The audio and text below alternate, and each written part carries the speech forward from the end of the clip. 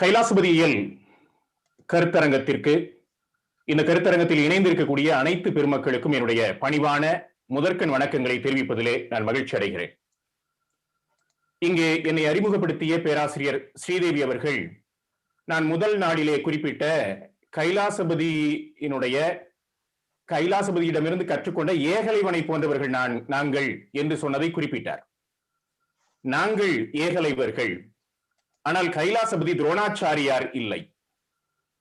துரோணாச்சாரியாரை போன்ற ஒரு மோசமான கற்றுக் கொடுத்தவனிடமிருந்தே கட்டை விரலை வாங்குகிற எதேச்சாதிகாரம் படைத்தவர் இல்லை. மிக தோழமையோடு உறவாடக்கூடிய எங்களினுடைய தோழர். எனவே நாங்கள் ஏகலைவர்கள், அவர் நிச்சயமாக உறுதியாக துரோணாச்சாரியார் இல்லை. நண்பர்களே, பேரறிஞர்கள்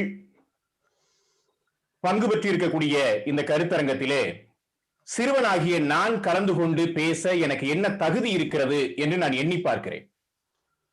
ஒரே ஒரு தகுதிதான் இருக்கிறது, அது நான் கைலாசபதியின் மாணவன் என்பதை.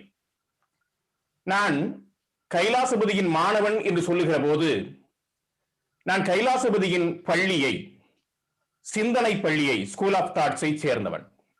அந்த ஒரே தகுதியின் அடிப்படையில் தான் உரிமையோடு உங்கள் முன்னால் நான் நிற்கிறேன். ஒரு சமூகத்தினுடைய பண்பாட்டு அம்சங்களின் தொன்மையை பெரிதும் சுமந்து கொண்டிருப்பன அச்சமூகத்தினுடைய உறவு முறைகளும் சடங்குகள் உள்ளிட்ட வழிபாட்டு முறைகளும் தான். இந்த உரை அரங்கத்திலே நான் பேராசிரியர் கைலாசபதி அவர்கள் எழுதிய பண்டை தமிழர் வாழ்வும் வழிபாடும் என்கிற இந்த நூலினை அடிப்படையாக வைத்து சில கருத்துக்களை நான் சொல்லி விடைபெற வேண்டும் என்று நான் நினைக்கிறேன். ஒரு குறிப்பிட்ட சமூகத்தினுடைய கட்டுமானத்தில் உறவு நிலைகளினுடைய இருப்பு என்பது மிக முக்கியமானது. வர்க்க சமூகத்தில் உற்பத்தி உறவுகள், தனி மனித மற்றும் குடும்ப உறவுகள் குறிப்பிடத்தக்கவை. உற்பத்தி உறவுகள் மாற்றமடைகிற போது சமுதாயமும் மாற்றமடைகிறது. தனி சொத்துடைமை, குடும்பம் ஆகியவை உருவாக்கிய இரு மனிதர்களுக்கு இடையிலான உறவுகள் எளிதில் மாற்றம் பெறுவதில்லை. நீண்ட நெடிய காலப்பகுதியில் மேற்கொள்ளக்கூடிய அந்த உறவு நிலை மாற்றங்களின் சுவடுகள் ஏதோ சில வடிவங்களிலே அச்சமூகத்திலே தங்கி இருக்கின்றன. அதாவது அடர்ந்த வனப்பகுதிக்குள்ளே வதியக்கூடிய ஒரு கானகன் சிற்சில அடையாளங்களை வைத்து அப்பகுதியை கடந்து சென்றது என்ன விலங்கு என்பதை உய்த்துணர்வதை போல சமூகவியல் ஆய்வாளனும் ஒரு சமூகத்தில் மறைந்து போன உறவு நிலைகளின் எச்சங்களை அடையாளம் கண்டு விடுகிறார். அதை போலவே ஒரு குறிப்பிட்ட சமூகத்தின் சடங்குகள் உள்ளிட்ட வழிபாட்டு முறைமைகள் அச்சமூகத்தினுடைய ஏனைய வழக்காறுகளோடு ஒப்பிடும்போது பெரும் மாற்றங்களை குறுகிய கால எல்லைக்குள்ளே அது சந்திப்பதில்லை. ஒரு வகையில் மாற்றப்படக்கூடாதது என்கிற ஒரு விதமான அமைப்பு ஒழுங்கை இயன்றவரை பாதுகாக்கும் இயல்பை உடையதாகவே சடங்குகளும் வழிபாட்டு முறைமைகளும் அமைகின்றன. இன்றைய வழிபாட்டு முறைமைகளை ஆழ்ந்து நோக்கினால் அதில் கடந்த கால பண்பாட்டு எச்சங்கள் தொக்கி நிற்பதை நாம் பார்க்கலாம். எலுமிச்சம் பழத்தினை அறுத்து குங்குமம் தோய்த்து திசைகள் நோக்கி வீசுவதோ, வாயிலே பூசணி உடைப்பதோ ஒரு வகையில் உயிர் பலி இடுதலினுடைய பதிலிகளே என்பதை நாம் அடையாளம் கண்டுகொள்ள முடியும். உயிர் பலியிடுதல் என்பதை தன் வரலாற்று தொடக்கத்திலிருந்து கை கொண்டிருக்கக்கூடிய ஒரு தொன்மை சமூகத்தை உயிர் பலியிடுதல் தடை சட்டம் உள்ளிட்ட நவீன சட்டங்களால் அசைத்துவிட முடியாது என்பதைத்தான் நம்முடைய சமகால வரலாறும் உணர்த்துகிறது.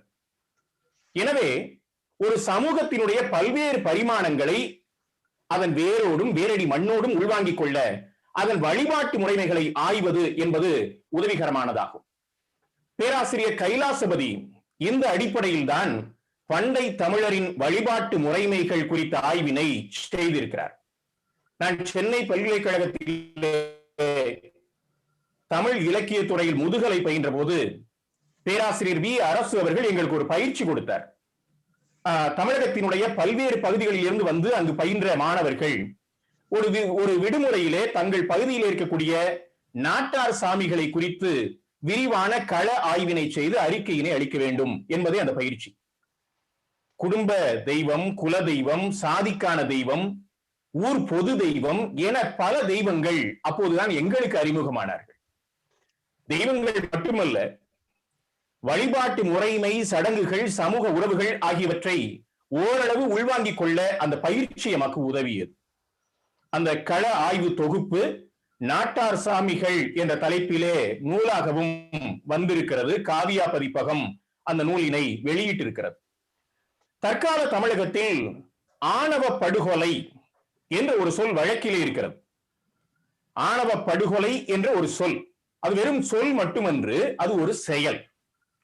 சங்கம் வைத்து தமிழ் வளர்த்த பெருமை மிகு தமிழர்களாகிய நாங்கள் தற்காலத்தில் சாதி சங்கங்களை வைத்து இந்த படுகொலைகளை தார்மீக உரிமையோடு நிகழ்த்தி வருகிறோம். ஆணவ படுகொலை என்பதை முன்பு கௌரவ படுகொலை, கௌரவ கொலை என்று குறித்து வந்தோம். சாதி மாறி காதலிப்பவர்களை கொலை செய்து குலப்பெருமை காக்கக்கூடிய அருஞ்செயல் அது. இப்படி கொல்லப்பட்டவர்களில் பலர் இன்றும் நாட்டார் தெய்வங்களாக இருக்கிறார்கள். கொன்றால் பாவம், தின்றால் போச்சு என்று தமிழக நாட்டுப்புறத்திலே ஒரு சொலவடை உண்டு. அப்படி யாரை கொலை செய்கிறார்களோ, கொல்லப்பட்டவர்களையே தெய்வமாக்கி வழிபட்டால் அந்த பாவம் தீர்ந்து விடும், மன்னிக்கப்பட்டு விடுவோம் என்பதான ஒரு நம்பிக்கையும் இந்த தமிழ் சமூகத்திலே வேறு ஊன்றி இருக்கிறது என்பதை நான் உங்கள் கவனத்திற்கு கொண்டு வர விரும்புகிறேன். கொலையில் உதித்த தெய்வங்கள் என்றே ஒரு நூல் வந்திருக்கிறது. மதுரை வீரன், முத்துப்பட்டன் உள்ளிட்ட ஏராளமான எடுத்துக்காட்டுகள் எம்மிடம் இருக்கிறார்கள். மீனவர்களினுடைய சுறாமீன் வழிபாடு குறித்து தனஞ்சயன் எழுதியிருக்கிறார்.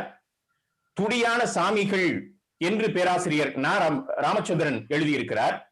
பிரம்மகத்தி முதல் பல்வேறு தெய்வ வழிபாட்டு நிலைகளை பற்றி பேராசிரியர் சிவசுப்பிரமணியன் எழுதியிருக்கிறார். ஒரு கோயில் எவ்வாறு சமூக உறவுகளை கட்டமைக்கிறது என்பதை தனது அழகர் கோயில் என்னும் ஆய்வின் வழியாக பேராசிரியர் தோ பரமசிவன் எழுதியிருக்கிறார். இப்படி கைலாசபதியினுடைய பண்டை தமிழர் வாழ்வும் வழிபாடும் என்கிற ஆய்வை தொடர்ந்து எமது ஆய்வாளர்கள் பெரும் பாய்ச்சல்களை இத்துறையில் நிகழ்த்தி இருக்கிறார்கள் என்பதை நான் உங்களுடைய கவனத்திற்கு கொண்டு வர விரும்புகிறேன். ஆனால் கைலாசபதி அவர்கள்தான் இதில் இன்றும் எங்களுக்கு முன்னோடி, அதிலே ஐயமில்லை. பண்டை தமிழர் வாழ்வும் வழிபாடும் என்னும் தலைப்பிலான இந்த நூலிலே 8 கட்டுரைகள் இருக்கின்றன. 1966 ஆண்டு இந்த நூல் வெளிவந்திருக்கிறது. பிறகு இந்த நூல் பல பதிப்புகளை கண்டிருக்கிறது. பல்வேறு பதிப்பகங்கள் வெளியிட்டிருக்கிறார்கள். நான் கையிலே வைத்திருக்கக்கூடிய இந்த நூல் நியூ செஞ்சுரி புத்தக நிறுவனம் 2வது பதிப்பு அது. அதற்கு பிறகு மேத்தூர் ராசுகுமார் ஐயா அவர்கள் அவருடைய மக்கள் வெளியீட்டின் வழியாக கொண்டு வந்திருக்கிறார். அண்மையில் காலச்சுவடு பதிப்பகமும் அதை கொண்டு வந்திருக்கிறது. இந்த கட்டுரைகள், இந்த நூலிலே இருக்கக்கூடிய இந்த 8 கட்டுரைகளும் அதற்கு முன் பல்வேறு காலங்களிலே எழுதப்பட்டவை, தனித்தனி கட்டுரைகளாக வெளிவந்தவை. சிந்துவெளி ஆய்வுகளில் வெளிப்பட்ட வழிபாட்டு சின்னங்கள் முதலாக சங்க இலக்கியங்களிலே பதிவான கொற்றவை, முருகு வழிபாடு, ஐநில தெய்வங்களில் இடம்பெறாத சிவன், பிறகு பெருந்தெய்வமாக மேலெழுந்த வரலாற்று வழி, தமிழ் சமூகத்தில் பெரு வழக்கு பெற்றிருந்த தாய் தெய்வ வழிபாடு, வீர வழிபாடு, பேய் மகளிர் பற்றிய சித்தரிப்பு, பக்தி இலக்கியங்களினுடைய அரசியல், சைவ சித்தாந்தத்தின் உருவாக்கமும் அரசு உறவும் உள்ளிட்ட பல பொருண்மைகளை பேசுபவை இந்த கட்டுரைகள். இந்த கட்டுரைகளிடையே இருக்கக்கூடிய ஒற்றுமை பண்பு என்ன? இந்த கேள்விக்கு இந்நூலினுடைய முகவரையிலே பதிலளிக்கிறார் பேராசிரியர் கைலாசபதி. அவர் சொல்லுகிறார், இந்த கட்டுரைகளுக்கு இடையே இருக்கக்கூடிய ஒரு ஒற்றுமை என்ன என்று நான் நினைக்கிறேன் என்றால், பொருளாதார நிலை என்னும் அடித்தளத்தின் மேலேயே கலை, இலக்கியம், மொழி, தத்துவம், சமயம் முதலான மேற்தளங்கள், அதாவது தத்துவ வடிவங்கள் அமைகின்றன என்னும் நம்பிக்கை தான் இந்த கட்டுரைகளுக்கு ஊடாக இழையோடி அவற்றிற்கு ஒரு ஒருமைப்பாட்டை அளிக்கிறது என்கிறார். மார்க்சியம் முன்வைக்கக்கூடிய சமூக கட்டுமானம், அந்த சமூக கட்டுமானம் என்கிற இயங்கு விதிகளை அடிப்படையாக கொண்டுதான் தமிழ் சமூகத்தின் வழிபாட்டு முறையினை, நெறியினை கைலாசபதி அளந்திருக்கிறார் எனலாம். மார்க்சியர்களுக்கு முன்பே தமிழ் சமூகத்தினுடைய கலை, இலக்கியம், சமயம் முதலிய துறைகள் பற்றி பலர் எழுதியிருக்கிறார்கள். இவர்களில் பெரும்பாலானோர் இந்த பொருண்மைக்கும் சமூகத்திற்கும் இருக்கக்கூடிய பிணைப்பை வற்புறுத்துவதில்லை. அல்லது வேண்டுமென்றே கூறுவதில்லை என்கிறார் கைலாசபதி. பலர் ஆய்ந்திருக்கிறார்கள். ஆனால் இந்த ஆய்வு ஒரு இலக்கியம் என்று எடுத்தால், சங்க இலக்கியம் என்று எடுத்தால், அந்த சங்க இலக்கியத்திற்கும் அந்த சங்ககால சமூகத்திற்கும் இருக்கக்கூடிய ரத்தமும் சதையுமான அந்த உறவு பிணைப்பை அவர்கள் வற்புறுத்துவதில்லை. சிலர் வேண்டும் என்றே கூறுவதில்லை. அப்படி குதிரைக்கு கடிவாளம் போட்டுக் கொண்டதை போல ஒரு தூய இலக்கியமாக அதை பார்ப்பது என்பதாக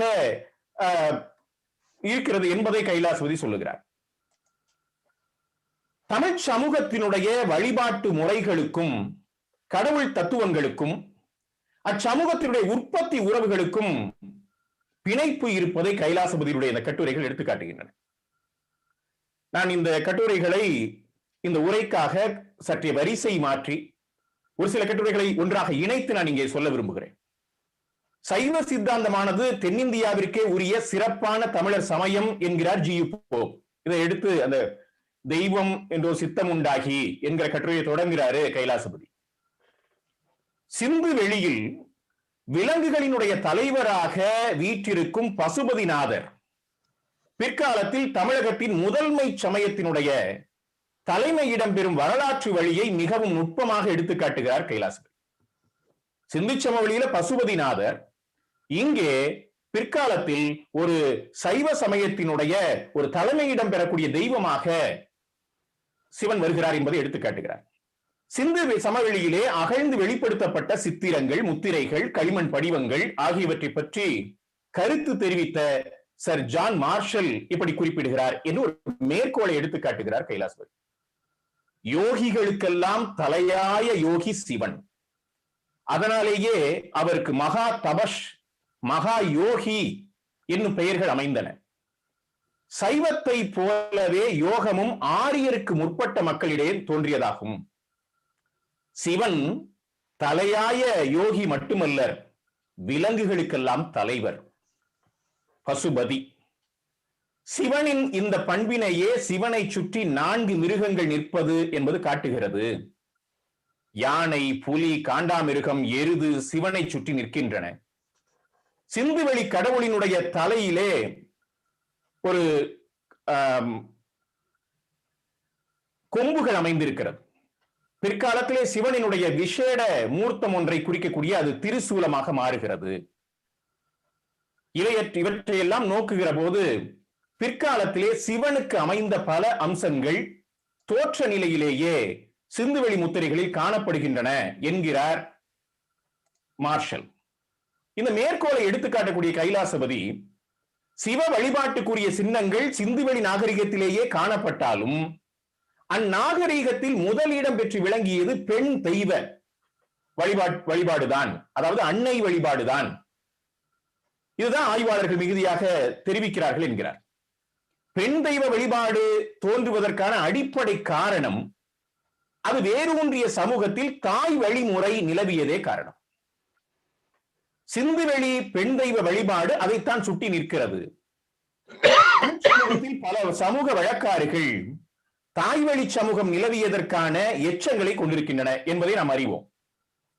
இந்த சமூகத்திலே தாய்மாமனுக்கு தரப்படக்கூடிய முக்கியத்துவம் இதனுடைய வெளிப்பாடுதான்.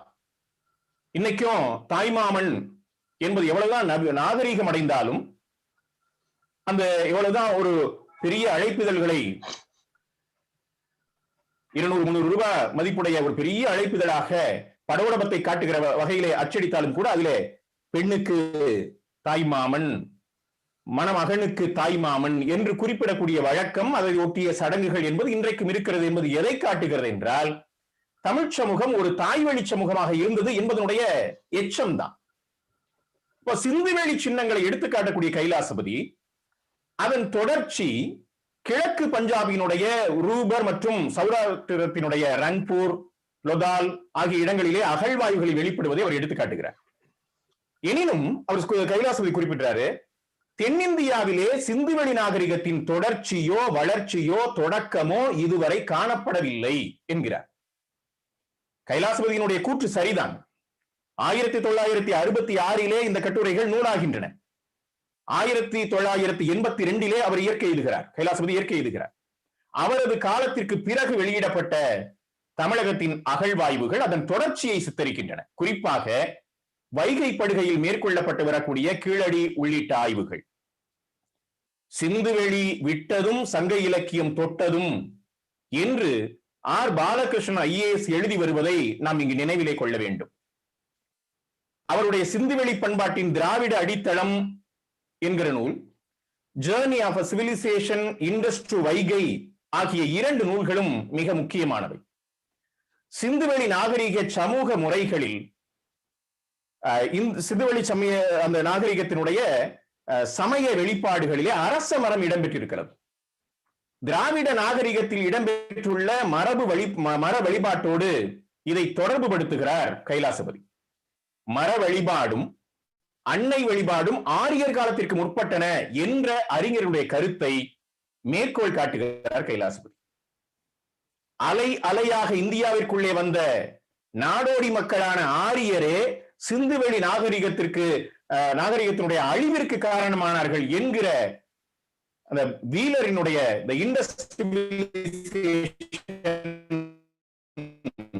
என்ற நூலையும் சட்டோபாத்தியாய ஆகியோருடைய கருத்துக்களையும் மேற்கோள் காட்டி பேசுகிறார் கைலாசபதி. நிறைய இடங்கள் அவரு கோசாம்பியையும் தேவி பிரசாத் சட்டோபாத்தியாயையும், அதே போல தமிழகத்துல பல்லவர்களுடைய காலத்தை பற்றி பேசும்போது பேராசிரியர் சண்பகலட்சுமி அவருடைய நூலையும் மேற்கோள் காட்டி பேசுறார். சங்க இலக்கியங்கள்ல ஆரிய தெய்வங்கள் ஆங்காங்கே குறிக்கப்பட்டாலும் கூட பொதுமக்களினுடைய வழிபாட்டில் கொற்றவையும் முருகன் முதலான பழந்தெய்வங்கள் தான் இருந்தன என்கிறார் கைலாசபதி. பழைய இலக்கியங்களை நுணுகி பார்ப்பவருக்கு இந்த உண்மை புலப்படும் என்கிறார் அவர். பல தமிழ் இலக்கியங்கள் முருகனை தாய்வழி உரிமை பெறும் திராவிட தெய்வமாக காட்டுகின்றன என்கிறார் கைலாசபதி. சங்க இலக்கியத்தில் முருகன் குறிப்பிடப்படக்கூடிய இடங்கள் எல்லாம் எடுத்து பார்த்தா அது திருமுருகாற்றுப்படை வரைக்குமே எப்படி குறிப்பிடுது அப்படின்னு சொன்னா, வெற்றி வெல்போர் கொற்றவ சிறுவர், மலை மகள் மகனே, இளையணி சிறப்பிற் பழையோள் குழவி. இந்த மாதிரி கொற்றவையினுடைய மகனாகத்தான் வேலன் முருகன் குறிப்பிடப்படுகிறார், முருகு குறிப்பிடப்படுகிறது. எனவே கொற்றவையும் சேயோனும் பழந்தமிழ் தெய்வங்களாக இருந்ததால் தான் சிவ வழிபாடு சிறப்புற்ற காலத்திலே கொற்றவை சிவனினுடைய சக்தியாகிய மலை மகளாகவும் முருகன் ஆலமர்ந்த கடவுளினுடைய மகனாகவும் புதிய உறவு முறையும் குலமுறையும் பெறுகின்றன.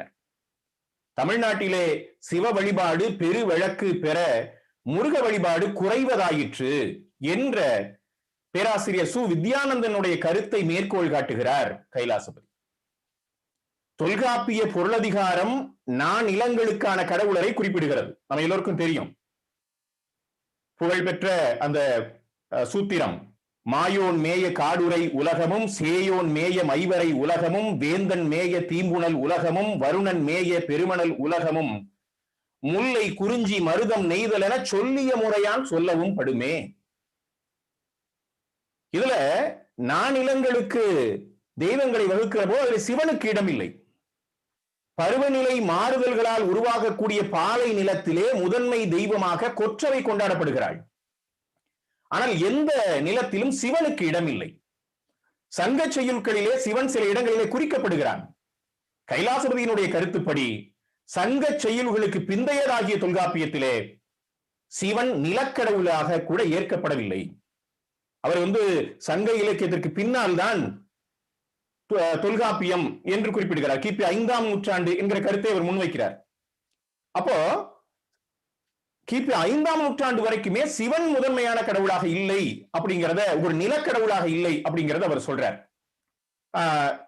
குலங்களாகவும் குடிகளாகவும் மக்கள் வாழ்ந்த ஒரு புராதன கூட்டு வாழ்க்கையிலே கொற்றவை, வேலன், வருணன் முதலிய தெய்வங்கள் தான் சிறப்புடையவர்களாக இருந்தார்கள்.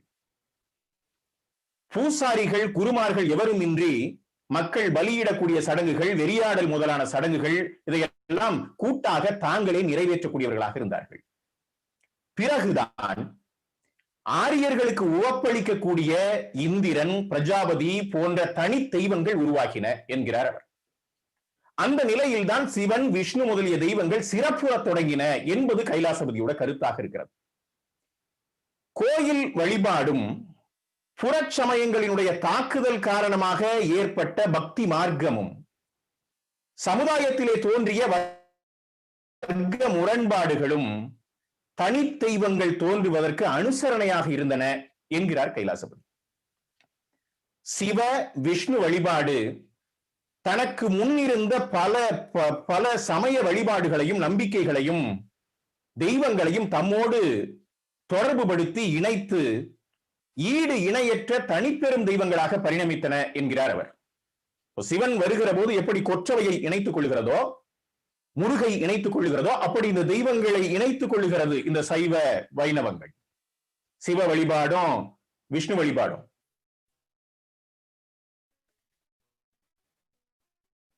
வழிபாட்டு முறைகளை பரிணமிக்கின்றன என்கிறார். இத கைலாசபதி விரிவாக பேசுறார். அப்ப இந்த அடிப்படையில தான் அவர் பண்டைய காலத்திலே இருந்த தமிழ் சமூகத்தில் இருந்த அந்த பேய் மகளிர் என்கிற நம்பிக்கையை அல்லது கருத்து படிமத்தை பற்றி பேசுகிறார். அது தமிழ் இலக்கிய பரப்பிலே இந்த பேய் மகளிர் என்கிற இந்த கருத்துருவம் எவ்வாறு பதியப்பட்டிருக்கிறது என்பதையும், அது எவ்வாறு உயிர்ப்புடன் கால வெளியிலே பயணப்பட்டு வந்திருக்கிறது என்பதையும் கைலாசபதி தன்னுடைய இந்த பேய் மகளிர் என்கிற கட்டுரையில குறிப்பிடுறார்.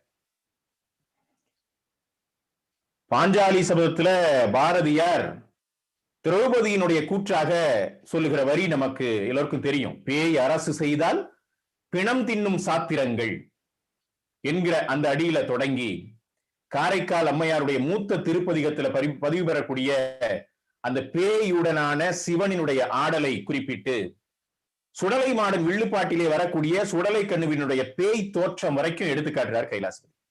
அப்படியே ஒரு டிராவல் பாரதியில தொடங்கி அப்படி ஒரு டிராவல் வந்து போய் வர்றார். எங்கெங்கெல்லாம் அந்த பேய் மகளிர் பற்றிய பேயை பற்றிய சித்திரங்கள் இருக்கின்றன அப்படின்னு எடுத்துக்காட்டுறார்.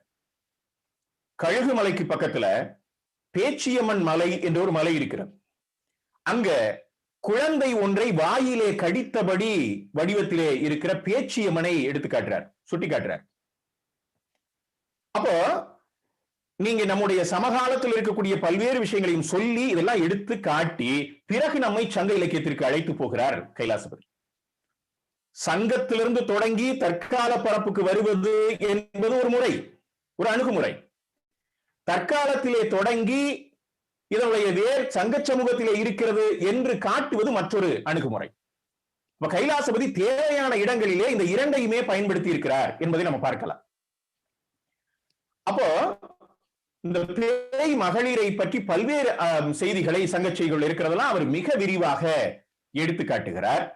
சங்க செயல்கள்ல இவர் என்ன சொல்றாருன்னா, நாம இந்த பேய் மகளிர் பற்றிய தகவல்கள் வரும்போது இது ஒரு வடமொழியில வேதங்கள்ல அல்லது பிறகு சூத்திரங்கள்ல சாத்திரங்கள்ல எழுதப்பட்ட மந்திரங்கள் போல இல்ல, இது மற்ற செய்திகளுக்கு இடையில வரக்கூடிய செய்தி என்பதை நாம் கவனத்தில் வைத்துக் கொண்டு அணுக வேண்டும்.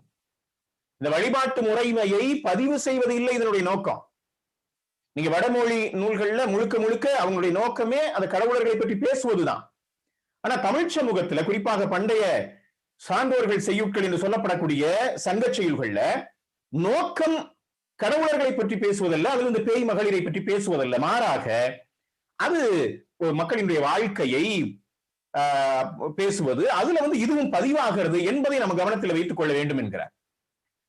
அப்போ இன்னொன்று, இந்த சங்க செய்யுட்கள் இலக்கிய மரபுக்கு இணங்கவே இயற்றப்பட்டன என்பதையும் நாம் நினைவில் கொள்ள வேண்டும் என்கிறார். அப்ப ஒரு மரபுக்கு உட்பட்டு இது இயற்றப்படுகிறது என்பதை நாம் கவனத்தில் வச்சுக்கணும். அதனாலதான் நீங்க தொல்காப்பியத்தினுடைய பொருளதிகாரம் எதற்கு இலக்கணம் சொல்லுகிறது? இலக்கியம் எப்படி படைக்கப்பட வேண்டும் என்பதற்கு இலக்கணம் சொல்லுகிறதா, அல்லது தமிழர்களுடைய வாழ்க்கைக்கு பொருள் வாழ்க்கைக்கு இலக்கணம் சொல்லுகிறதா என்று கேள்வி வருகிறபோது பல பேர் என்ன செய்யறாங்கன்னா, அது தமிழர்களுடைய வாழ்க்கைக்கு இலக்கணமாக சொல்றாங்க. அது ஒரு தவறான முடிவுகளுக்கு கொண்டு போய் விட்டுரும். அது இலக்கியம் எவ்வாறு படைக்கப்பட வேண்டும், இலக்கியத்தில் அதனால முதற் பொருள், கருப்பொருள், உரிப்பொருள் அல்லன மயங்கவும் பெருமே, சொல்லிய முறையான் சொல்லவும் படுமே, முறை சிறந்தனவே, இதெல்லாம் சுட்டி ஒருவர் பெயர் கொள்ள பெறார். இதெல்லாம் ஒரு இலக்கிய மரபு. அப்ப இது ஒரு இலக்கியத்திற்குள்ள பதிவு செய்யப்படுகிறது, ஒரு ஒரு வரையறைக்கு உட்பட்ட தன்மையிலே பதிவு செய்யப்படுகிறது என்பதை நாம் மறக்கக்கூடாது என்று கைலாசபதி சுட்டிக்காட்டுகிறார். இந்த எச்சரிக்கை உணர்வோட தான் இந்த பேய் மகளிர்ங்கிற கருத்துவத்தை அணுக வேண்டும் என்பதுதான் கைலாசபதி நமக்கு கொடுக்கக்கூடிய குறிப்பாக இருக்கிறது. உலகினுடைய தொன்மை சமூகங்களிலே வழிபாட்டு சடங்குகளிலும் பூசணைகளிலும் பெண்களுக்கு இருந்த இடத்தை மானுடவியலாளர்கள் பலர் எடுத்துக்காட்டி இருக்கிறார். வேறு பல மக்கள் கூட்டத்தினிடையே ஆண்கள் மாந்தரீகர்களாக கடமையாற்றும் போது கூட பெண் உடையை அணிந்து பெண்ணை போல நடந்து கொள்கின்றனர் என்ற குறிப்பை எடுத்து காட்டுகிறார் கைலாசபதி. தமிழகத்தினுடைய காளி கோயில்கள், மாரியாத்தா கோயில்கள்ல பூசாரிகளை அம்மா என்று அழைக்கக்கூடிய வழக்கம் உண்டு. மேல்மருவத்தூர் ஆதிபராசக்தி பீடத்தினுடைய தலைமை பூசாரி, இங்க சக்தி பீடத்தினுடைய தலைமை பூசாரி, இவர்களை எல்லாம் அம்மான்னு தான் சொல்றாங்க. பங்காரு அம்மா ஆண்தான், ஆனா அவரை அம்மா என்று சொல்வது வழக்கம். நாட்டார் தெய்வ வழிபாடுகளிலே கரகமாடக்கூடிய சடங்குகளை செய்யக்கூடிய பூசாரிகள் புடவை உடுத்தி பெண் வேடமிட்டு ஆடுவது இன்றும் தமிழகத்திலே வழக்கத்தில் இருக்கிறது என்பதை நான் இந்த செய்தியோடு இணைத்து உங்களுடைய கவனத்திற்கு கொண்டு வர விரும்புகிறேன். மந்திர சக்தி என்பது புராண சமூகங்களிலே பெண்களினுடைய தனி உரிமையாக இருந்தது என்ற ஜார்ஜ் தாம்சனுடைய கருத்தை மேற்கோள் காட்டுறாரு கைலாசபதி. பெண்கள்கிட்ட தான் அது ஒரு தனி உரிமையாக, அந்த மந்திர சக்தி, இந்த இயற்கையை கட்டுப்படுத்துவது என்கிற இந்த மந்திர சக்தி பெண்களினுடைய தனி உரிமையாக இருந்தது அப்படிங்கிறார். அது ஜார்ஜ் தாம்சனுடைய அந்த கருத்தை எடுத்து காட்டுறார். தொல் சமூகங்களிலே சடங்குகளிலே பிணம் உண்ணும் வழக்கம் பதிவு பெற்றிருப்பதையும் அவர் எடுத்துக்காட்டுறார். தொல் திராவிடர்களினுடைய அன்னை வழிபாட்டையும் திராவிட நாகரிகம் என்று கருதக்கூடிய சிந்துவெளி நாகரிகத்திலும் பெண் தெய்வ வழிபாட்டின் முதன்மையையும் இந்த இடத்துல நினைவுபடுத்துறாரு கைலாசபதி. பல பேரு திராவிட என்பதை கைலாசபதி எதிர்கொண்ட முறைமை பற்றி இந்த கருத்தரங்கத்தில் பேசணும். ஒரு ஆரிய திராவிட என்கிற இனப்பூசல் என்பதைத்தான் கைலாசபதி மறுதளித்தாரே தவிர, இந்திய ஆரியர்களுடைய வருகைக்கு முன்பு இந்தியா முழுவதும் பறந்திருந்த நாகரிகம் என்பது திராவிட நாகரிகம் தான், குறிப்பாக சிந்து சமவெளி நாகரிகம் திராவிடர்களுடைய நாகரிகம் தான் என்பதை இந்த பண்டை தமிழர் வாழ்வும் வழிபாடும் என்கிற நூலினுடைய பல கட்டுரைகள்ல அவரு குறிப்பிட்டிருக்கார். திராவிடர் என்பதை குறிப்பிட்டார். அவன் அன்னை வழிபாடு என்பது சிந்து சமவெளி இதுல இருந்ததை இங்க கொண்டு நினைவுபடுத்துறார்.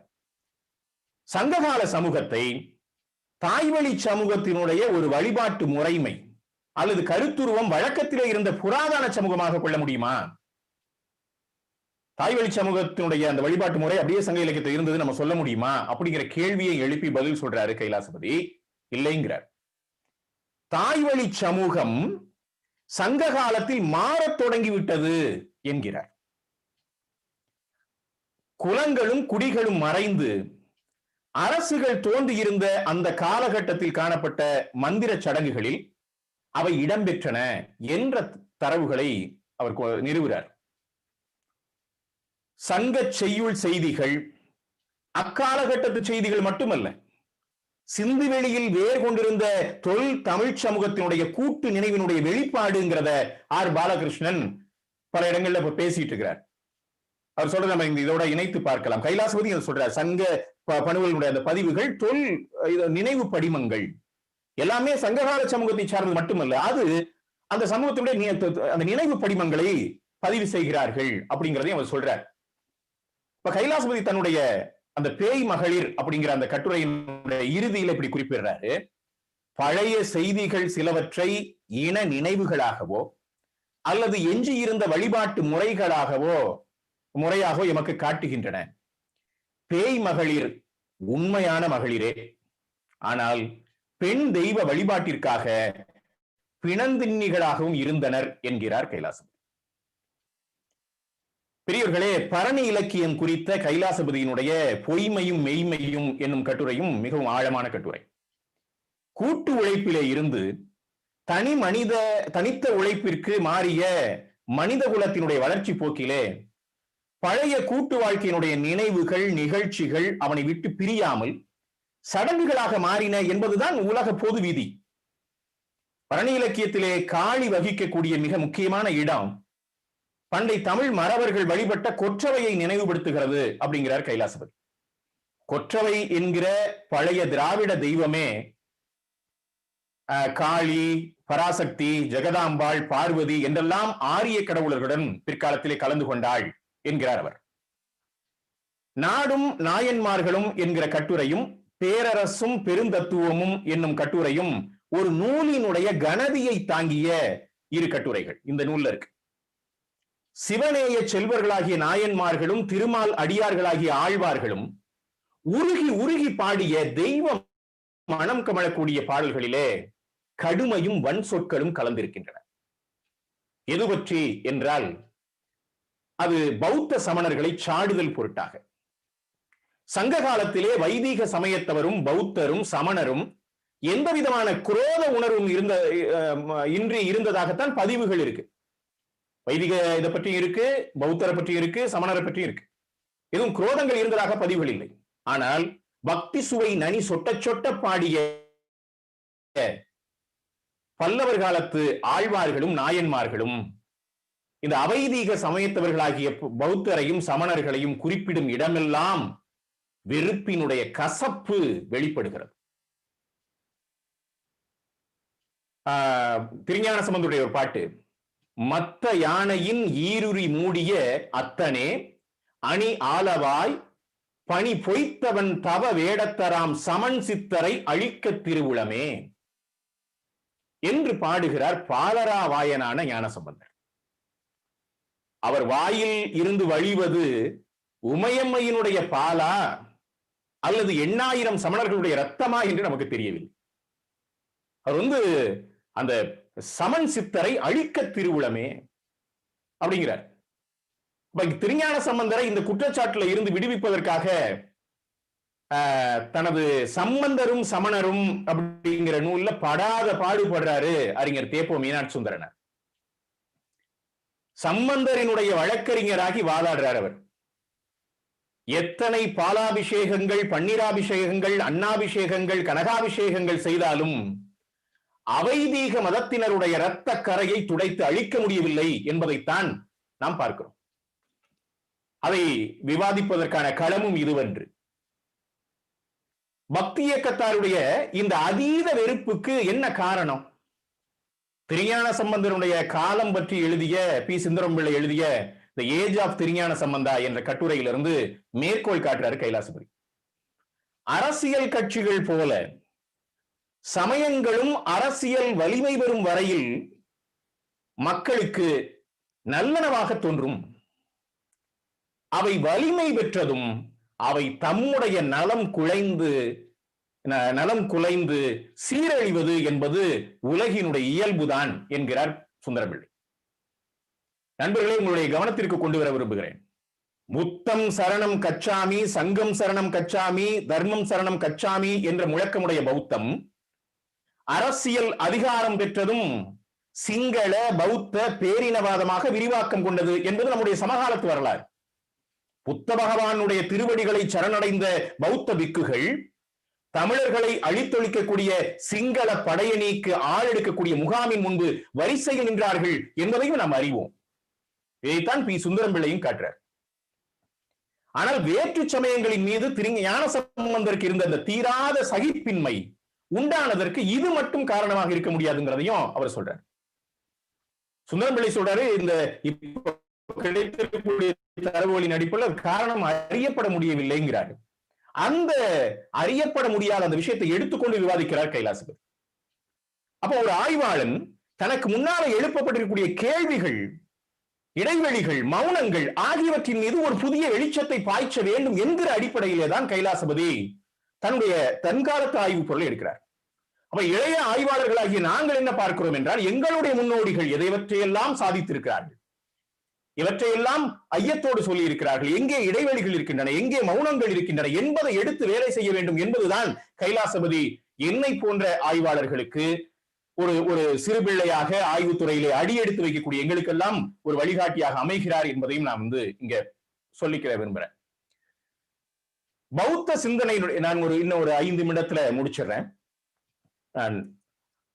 பௌத்த சிந்தனையினுடைய தோற்றத்தையும் அது கங்கை பள்ளத்தாக்கிலே நிலை பெற்ற வரலாற்றையும் Kailasapathy எடுத்துக்காட்டுறார். கோசான்ல an introduction to the study of Indian history அந்த நூல்ல இருந்தும் தேவி பிரசாத் சட்டோபாத்தியாய அந்த லோகாயதாவில இருந்து மேற்கோள் காட்டி பேசுறார். இந்திய தத்துவியல்ல நிலைத்திருப்பனவும் அழிந்தனவும் என்கிற அந்த நூலாகட்டும் அல்லது லோகாயதம் என்கிற நூலாகட்டும் தேவி பிரசாத் சட்டோபாத்தியாயவை விரிவாக படிக்கும் போதுதான் இந்த பௌத்தம் என்பது எப்படி தத்துவார்த்த நிலையில் பிராமணியத்தோடு மோதி இருக்கிறது, பிறகு அதுவும் எப்படி பார்ப்பனியத்தை பிராமணியத்தை உள்வாங்கி இருக்கிறது என்பதை நம்ம புரிஞ்சுக்க முடியுது. அவர் விரிவாக எடுத்துக்காட்டார். 2 மாதங்களுக்கு முன்பு தேவி பிரசாத் சட்டோபாத்தியாயருடைய நூல்களை பற்றி பேசுவது என்று நாங்கள் தொடங்கிய போது இங்க இணைப்புல இருக்கிற பேராசிரியர் ரவிக்குமார், பாண்டிச்சேரி பல்கலைக்கழக பேராசிரியர், அவர் தான் இந்திய தத்துவியலில் நிலைத்திருப்பனவும் அழிந்தனவும் அதை முதல்ல எடுத்துப்பாடு பார்த்திபராஜா, அதை பத்தி நீ முதல்ல அது முடிச்சிரு, பெரிய புத்தகம் தான் முடிச்சிருந்தார்.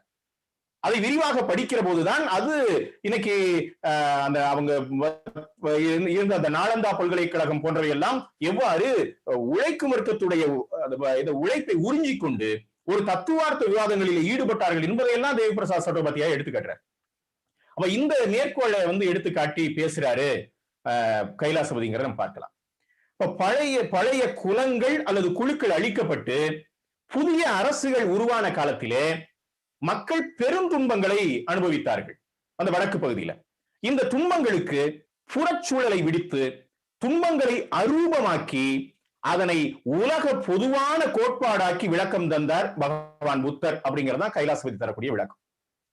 அப்போ புறவெளியில தன்னை சுற்றி ஓயாது நிகழ்ந்து கொண்டிருந்த மெய்மையான புற உலக நிகழ்ச்சிகளை கட்டுப்படுத்தி அரசியல், சமுதாய, பொருளாதார, தார்மீக துறைகளிலே மக்களுக்கு சாந்தி அளிக்க முடியாத புத்தர் பௌத்த சங்கம் என்னும் கூட்டு வாழ்க்கையின் மூலம் ஒரு பொய்மை ஒன்றை உருவாக்குகிறார். இல்லூஷன் என்று அதை குறிப்பிடுகிறார் கைலாசபதி.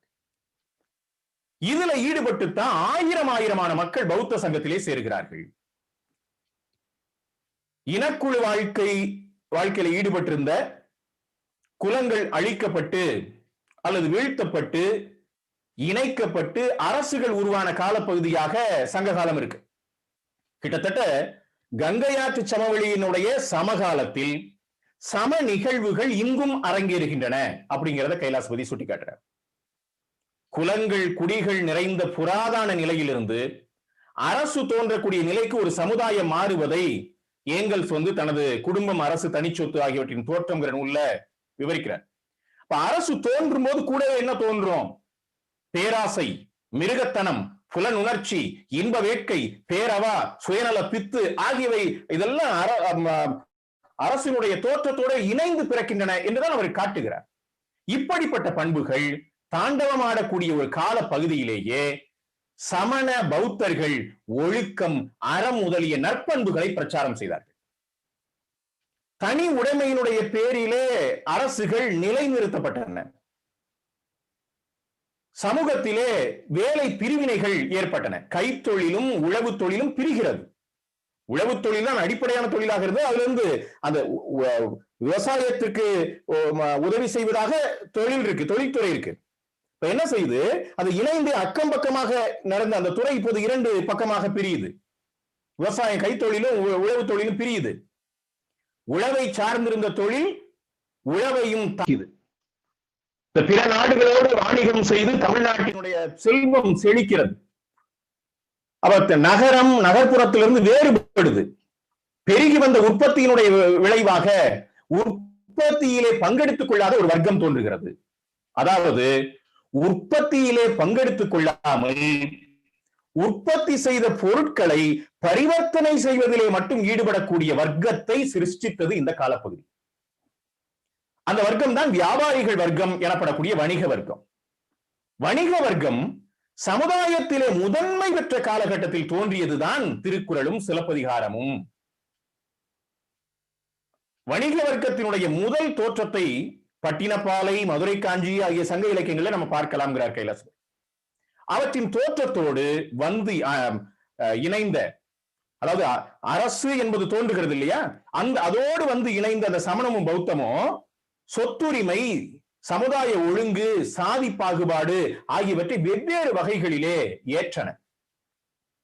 சமணத்தினுடைய கொல்லாமை என்பது போர் தொழில், மீன்பிடி தொழில், உழவு தொழில் ஆகியவற்றிலே ஈடுபடாத வணிக வர்க்கத்திற்கு உகந்ததாக. சங்க காலத்தை அடுத்த சங்கம் மருவிய கால பகுதியில் தமிழகத்தில் சமண பௌத்த மதங்கள் அழுத்தமாக காலூன்றின. வணிக வர்க்கத்தினுடைய உயர்வை பேசக்கூடிய நூல்களாக சிலப்பதிகாரம் தோன்றியது. உடன் நிகழ்வாக அது ஆளும் வர்க்கமாகிய அரசர்களின் கொடுங்கோன்மையை சுட்டியது. வினை விளை காலமாதலின் சினையலர் வேம்பன் தேரானாகி கொன்ற சினம்பு கொணர்க ஈங்கன அப்படின்னு இளங்கோவடிகள் சொல்றார்ல. ஏன் பாண்டிய மன்னன் தவறு செய்கிறான்னா ஊழ்வினைதான். வினை விளை காலமாதலின் சினையலர் வேம்பன் தேரானாகி கொன்று அச்சிலம்பு கொணர்க அப்படின்னு பிழை செய்கிறான். ஏசா சிறப்பின் இசை விளங்கு பெருங்கொடி மாசாத்து வாணிகன் மகளையாகி வாழ்தல் வேண்டி ஊழ்வினை துறப்ப நின்னகர் புகுந்து இங்கு நின்பார் கொலைக்களப்பட்ட கோவலன் மனைவி கண்ணகி மன்னனுடைய கொடுங்கோன்மையை அம்பலப்படுத்துறான். கே முத்தையாவுடைய அந்த சிலப்பதிகாரம் உண்மையும் புரட்டும் என்கிற நூலினையும் நாம் இங்கே நினைவிலே கொள்ளலாம். மதுரை காண்டம் அரசன் வீழ்த்தப்படுவதோடு முடிகிறது. புகார் காண்டம், மதுரை காண்டம், வஞ்சி காண்டத்துல இந்த மதுரை காண்டம் அரசன் வீழ்த்தப்படுகிறான், மதுரை எரிக்கப்படுகிறது என்பதோடு முடியுது. அப்போ அது வணிக குலத்தைச் சேர்ந்த கண்ணகி கற்புடை தெய்வமாக்கி சிலையை வடித்து கோயில் எழுப்பி தனது மேலாண்மையை அரச வர்க்கம் மீண்டும் நிலைநிறுத்திக் கொள்வதுதான் வஞ்சி காண்டம். அதனாலதான் வஞ்சி காண்டம் என்பது இக்குலத்துல திருத்தல் வேலை என்பதுதான் கே முத்தையாவோட இதுவா இருக்கு. அப்போ உண்மையிலே சிலப்பதிகாரம்ங்கிறது புகார் காண்டம், மதுரை காண்டத்தோட முடியுது. வஞ்சி காண்டம் அப்படிங்கிறது ஒரு திருத்தல் வேலை, சேர்க்கை தான் அப்படின்னு கே முத்தையா. நமக்கு மாற்று கருத்துக்கள் இருக்கலாம், பல விவாதங்கள் இருக்கின்றன, அது வேறு. ஆனால் இப்படி ஒரு குரல் இருக்கிறது என்பதை தான் நான் இங்க சுட்டிக்காட்ட விரும்புறேன். நம்ம பார்க்க வேண்டியது இரண்டு வர்க்கங்களுக்கு இடையிலான மோதலினுடைய பதிவாக சிலப்பதிகாரத்தை பார்க்கக்கூடிய பார்வை மிக முக்கியமானது. இதைத்தான் கைலாசபதி முன்மொழிஞ்சிருக்கிறார். சங்க காலத்துல சிறு வழக்காக இருந்த அந்த சமண கருத்தியல்ங்கிறது சிலப்பதிகார காலத்திலே மோதுகைகளினுடைய உச்சத்தை அடைகிறது. பிற்காலத்துல, அதாவது கிபி 5ஆம் நூற்றாண்டு முதல் 7ஆம் நூற்றாண்டு வரை முதன்மை சமயமாக ஆளும் வர்க்கத்தை கட்டுக்குள்ளே வைத்திருந்த அதிகாரம் மிக்க சமயமாக ஆகியது சமணம் என்பதையும் கைலாசபதி எடுத்துக்காட்டார். கணியன் பூங்குன்றனுடைய பாடல்ல இருந்து அந்த கருத்தை விளக்க தொடங்குகிறார் அவர். யாதும் ஊரே யாவரும் கேளீர், அந்த பாடலை முழுவதுமா சொல்றார். யாதும் ஊரே யாவரும் கேளீர் தீதும் நன்றும் பிறதரவாரா நோதலும் தனிதலும் அவற்றோரென்ன சாதலும் புதுவதன்றே வாழ்தல் இனிதன மகிழ்ந்தன்றும் இன்றே முனிவின் இன்னாது என்றலும் இளமே மின்னொடு வானம் தண்டுளி தலையிலாது கல்பொரு திறங்கு அல்லல் பேரியாற்று நீர்வெளி படும் புனை போல ஆறுயிர் முறைவெளி படும் என்பது திறவோர் காட்சியில் தெளிந்தனம் ஆகலின் மாட்சியிற் பெரியோரை வியத்தலும் இளமே சிறியோரை வியத்தல் அதனினும் இளமே. கணியன் பூங்குன்றனுடைய இந்த பாடலை கைலாசபதி குறிப்பிடுறாரு, ஒரு கிண்டலா சொல்றாரு. உலகம் முழுவதும் பலருக்கு இந்த பாடல் முழுவதுமாக தெரிந்திருக்க நியாயம் இல்லை. ஏனெனில் பாடலினுடைய முதல் அடிதான் பெரிதும் எடுத்தாளப்படுவது. உலகம் முழுக்கவும் ஒரே அடியால் புகழ்பெற்ற கவிதை இதுவென புகழ்வார் கவிக்கோ அப்துல் ரஹ்மான். ஒரே அடியில தான் உலக புகழ் பெற்ற பாட்டு இது. ஒரு வரிதான் தெரியும். உலகம் நிலையற்றது, ஊழ்வினை பயனை அடைவதை எவரும் தடுக்க முடியாது என்கிற கருத்தை இந்த பாடல் சொல்லுது. அதனுடைய நீட்சியாகத்தான் தியானித்தலும் கொல்லாமையும் வருகின்றன. சங்க செயல்களில் இடம்பெற்றிருக்கக்கூடிய இந்த கருத்துக்கள் அக்காலகட்டத்தில் பெரும் செல்வாக்கு பெற்றதாக சொல்ல முடியாதுங்கிறார் கைலாசம். ஏன்னா அஹிம்சா பரமோ தர்மா என சாந்தியும் சமாதானமும் போதித்த சமண துறவிகளுக்கு வீர யுகத்திலே பெரிதும் வரவேற்பு இருந்திருக்க முடியாது என்கிறார் கைலாசம். அப்படின்னா எப்போது வரவேற்பு இருந்திருக்கும்? இந்த போர்களினுடைய முடிவிலே அரசு என்ற நிறுவனம் தோன்றிய போது அந்நிறுவனத்தினுடைய வளர்ச்சிக்கும் அந்நிறுவனத்தை தாங்கிய வர்க்கத்தினுடைய நிலைவேற்றிற்கும் இந்த அமைதி என்பது அவசியமாக இருக்கிறது. கைலாசபதி ரொம்ப நுட்பமா ஒரு விஷயத்தை சொல்றாரு. கொல்லும் தொழிலினாலே நிறுவப்பட்ட அரசுகள் செழித்து வளருவதற்கு கொல்லாமை உதவியாக இருந்ததுங்கிறார். அந்த முரணை பாருங்களேன். கொல்லும் தொழிலினாலே நிறுவப்பட்ட அரசுகள், பல பேரை கொன்று தின்று செழித்துத்தானே அரசு உருவாக்கம் அப்படிங்கிறது வருது. அப்ப ஆனா அது வந்த பிறகு அது செழித்து வளருவதற்கு கொல்லாமை உதவியாக இருக்கு. சமண சமயம் வணிகருக்கு உகந்த சமயமாக இருந்தது. அன்றும் இன்றும் கொல்லாமையை கடைபிடிக்கக்கூடிய ஒருவன் வணிக தொழில் ஒன்றையே திறம்பட செய்ய முடியுதுங்கிறார் கைலாசபதி. உண்மைதானே? இந்தியாவினுடைய வணிக வர்க்கமாக இன்றைக்கும் மார்வாடிகள் இருக்கிறார்கள். இந்தியாவின் சமண சமயத்தவர்களில் பெரும்பான்மை அவங்கதான். அவங்க உயிரை கொல்றது இல்லை. அவங்க என்ன தொழில் செய்யறாங்க? வட்டி தொழில். தமிழ்நாட்டில் பெரும்பாலான ஊர்களில் பாத்தீங்கன்னா லேவாதேவி பான் புரோக்கர்ஸ் அவங்கதான். வட்டி தொழில ஈடுபடுறவங்க அவங்கதான். கொல்ல மாட்டாங்க, கொல்லாமை உடையவர்கள். ஆனா ரத்தத்தை உறிஞ்சிருவாங்க. வட்டியின் மூலம் ஆளை விட்டு விட்டு உடம்பினுடைய சக்தியை உறிஞ்சி விடுவார்கள். தமிழகத்தினுடைய பெரும்பாலான நகரங்களிலே பேருந்து நிறுத்தங்களிலே மார்வாடிகள் தான் நிறைய தண்ணீர் பந்தல்களை வச்சிருக்காரு. தமிழ்நாட்டுடைய பல பகுதிகள் நீங்க பார்க்கலாம். பேருந்து நிலையங்கள் தண்ணீர் பந்தல் இருக்கும், போய் நம்ம பிடிச்சு குடிக்கலாம். அதாவது ஒரு கவிஞன் எழுதினா, தண்ணீர் கொடுத்து விட்டு ரத்தத்தை உறிஞ்சிக் கொள்கிறார்கள். அப்போ இந்த வணிக வர்க்கம் தமிழ்நாட்டுல சைவத்தினுடைய கரம் ஓங்கிய போது இந்த வணிக வர்க்கத்துல ஒரு பரிவிட செய்து அப்படியே சைவத்துக்கு மாறுது. வணிக வர்க்கம் அப்படி மாறுது. அப்ப நகரத்தாருங்கிற அந்த வணிக வகுப்பினர் பிறகு அவங்க உருவாக்கம் வருது. அந்த நாடார்கள் வணிக வர்க்கமாக உருவாகியதற்கான அரசியல் பண்பாட்டு காரணிகள் நம்ம தனித்து பேச வேண்டியவை. இப்ப வணிகர் அது தனிப்பெரும் சமயமான சமணத்திற்கும் ஊழ் என்கிற கோட்பாட்டிற்கும் உள்ள தொடர்பின் அடிப்படை என்ன என்ற கேள்வியை எழுப்பி மிக விரிவாக விவாதிக்கிறார் கைலாசபதி. இந்த வர்த்தக தொழில ஏற்ற இறக்கங்கள் சகஜம். நான் முடிச்சிடறேன் பாலசுகுமார் சார். ஏற்ற இறக்கங்கள் சகஜம். இந்த வர்த்தகமும் போட்டிங்கிறது உடன்பிறவிகள். பெரிய வியாபாரியை கூட சில சமயங்கள்ல அந்த நெருக்கடி விழுங்கி விடுகிறது. இது அவர்கள் எதிர்பாராத விஷயம். ஆகவே யாவரையும் ஆட்டி படைக்கக்கூடிய சக்தி ஒன்று, அதாவது விதி, ஊழ் என்பது இருப்பதாக அவர்கள் நம்புகிறார். சிறு குறு முதலாளிகளை பெருமுதலாளிகள் விழுங்கினாங்க. பெருமுதலாளிகள் அல்லது தேசிய முதலாளிகளை தரகு முதலாளிகள் என்று சொல்லப்படக்கூடிய கார்ப்பரேட் முதலாளிகள் விழுங்கிக் கொண்டிருக்கிறார்கள். இதுதான் இந்த முதலாளிய உலகத்தினுடைய திருப்பம். இந்தியாவில் அது கணக்கச்சிதமாக அரங்கேறி கொண்டிருக்கிறது அப்படிங்கிறத பார்க்கிறோம். அதனால இந்த ஊழ் என்கிற சமண தத்துவத்திற்கும் வணிக வர்க்கத்தினுடைய நிலை பெற்றிருக்கக்கூடிய தொடர்பை அவர் எடுத்துக்காட்டுறார். அப்ப வணிக வர்க்கத்தினர் தன்னுடைய வியாபார தொழிலுக்கு பரந்த சந்தையை விரும்புவார்கள். அதனுடைய பிரதிபலிப்பு தான் மூவேந்தர்களை இணைக்கக்கூடிய காப்பிய முயற்சி. சிலப்பதிகாரத்தினுடைய பாயிரம் என்ன சொல்லுது? இந்த கதையை கண்ணகியினுடைய கதையை சாத்தனார் தான் சொல்றாரு. யாருக்கு? சேரன் செங்குட்டுவனுக்கு, இளங்கோவடிகளுக்கெல்லாம். அப்ப அந்த கதையை யாரு எழுதலாம்? சாத்தனாரே எழுதலாம். ஆனா சாத்தனார் என்ன சொல்றாரு? முடிகள் வேந்தர் மூவருக்கும் உரியதாகலின் அடிகள் நீரே அருளுக அப்படிங்கிற. இந்த கதையில 3 வேந்தர்கள் சம்பந்தப்பட்டிருக்காங்கப்பா. கண்ணகி புகார் நகரத்துல பிறந்தா, மதுரையில கணவனை பறிகொடுத்தாள், இங்கே வஞ்சி நகரத்துல தெய்வமாகி வானுலகத்துக்கு போயிருக்கா. 3 நகரமும் சம்பந்தப்பட்டிருக்கு.